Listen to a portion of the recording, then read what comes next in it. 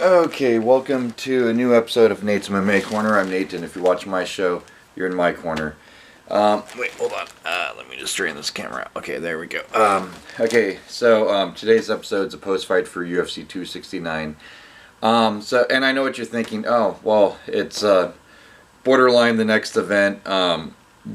Excuse me. So I'm going to add in some other news tidbits and talk about my experience at 269. I was at UFC 269 and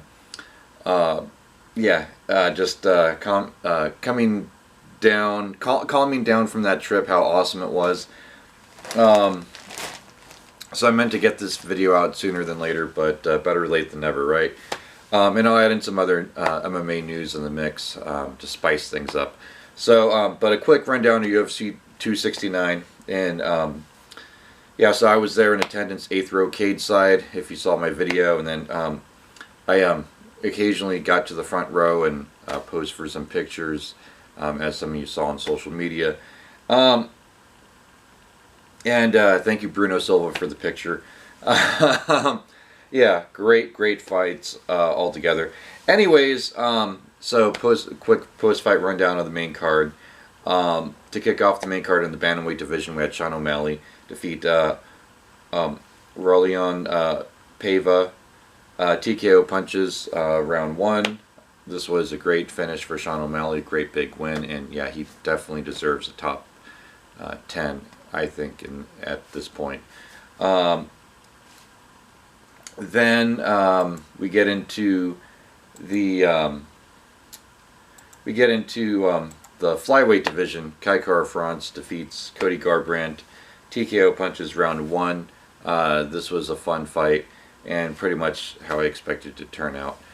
Then in the welterweight division, also on the main card, we had Jeff Neal defeat Santiago Ponzinibio, split decision. This was a close fight, but yeah, I had Jeff Neal winning this fight. I think the right person won the fight. Yeah, just razor thin close fight though. I mean, looking at it, stats could say another thing, but looking at it in person, it's, just being there in the moment, it was a close fight. It was a stand-up brawl. Both fighters landed some good strikes, but Jeff Neal got the better shots in and got the better positions, and won split decision, and can't argue with the judges here. Then in the women's bantamweight division for the UFC women's bantamweight title, we had Julianna Pena defeat Amanda Nunes, become your new UFC women's bantamweight champion of the world, and this was submission rear naked choke round 2. Just a great fight. Julianna lost her balance the first round, which looked like knockdowns, but they weren't full-blown knockdowns. It's more of she lost her balance than anything else, from what I remember seeing. Amanda Nunes, yeah, she got tired, but I think the big thing to take away from this fight was the minute that Amanda Nunes started to get punched, in the face, and someone was throwing back at her and not just allowing her to tee off on them. I think that's what got her. Not so much her getting tired, but just Julianna was like, "You're punching me now, I'm going to punch you back." And that whole mentality of someone standing up to the bully, so to speak, in this case Amanda Nunes, it played a factor. I think mentally she was just like, what do I do now? Someone's standing up to me and she's punching me in the face.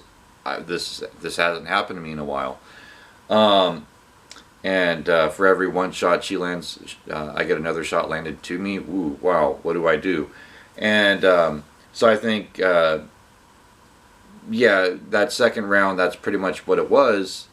And then she just, lost it from there, and Julianna was able to capitalize and get that rear naked choke and become your new UFC women's bantamweight champ. And like I was telling people, I gave Julianna a 49% chance of winning this fight because I felt if she did take it to the ground, this could be a long night for Amanda Nunes, and it kind of sort of was. That round 2 must have felt forever for her. And if when they rematch, I'm gonna say This go around 51% chance Pena wins, 49% chance Nunes wins, just to give you a heads up.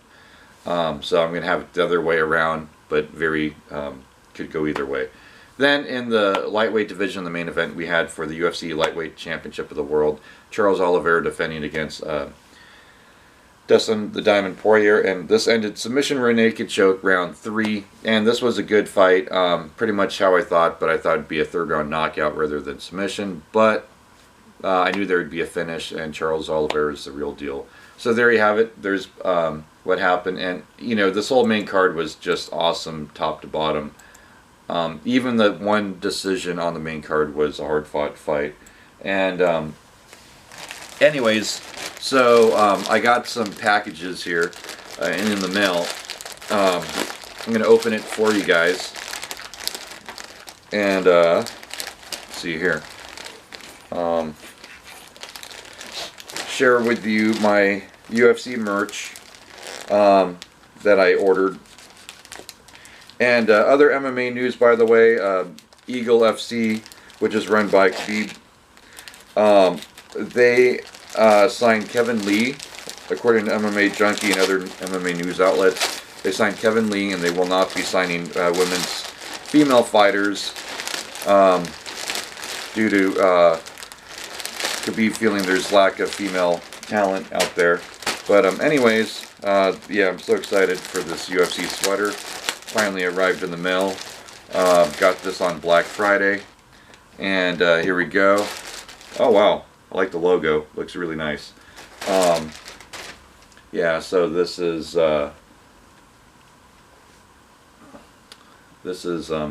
should be extra large. Yep, extra large. Nice, nice, nice sweater. Man, look at that. Look at that. Really nice. Nice material. I got this on the UFC store. Show you the UFC logo again. Boom. There we go. And then I got my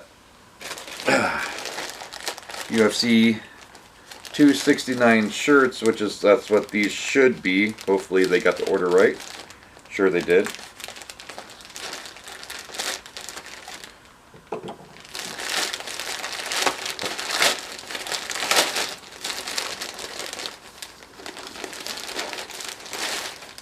Yep, they did. Okay. Extra large, yep. And extra large, yep. So there you have it. My official UFC 269 shirts. I always buy 2 when I go to events. 1 to keep as a collector's and 1 to wear. So yeah, nice shirt here. Boom. So anyways, and stay tuned for my pre-fight for Lewis versus Dawkins in the UFC heavyweight division. And yeah, so yep, there we go. Cool. Anyways, that wraps up my post-fight for 269. I mean, but yeah, stay tuned for my pre-fight for Lewis versus Dawkins UFC Fight Night. I'll be filming that in just within the day or so. Until then, see ya.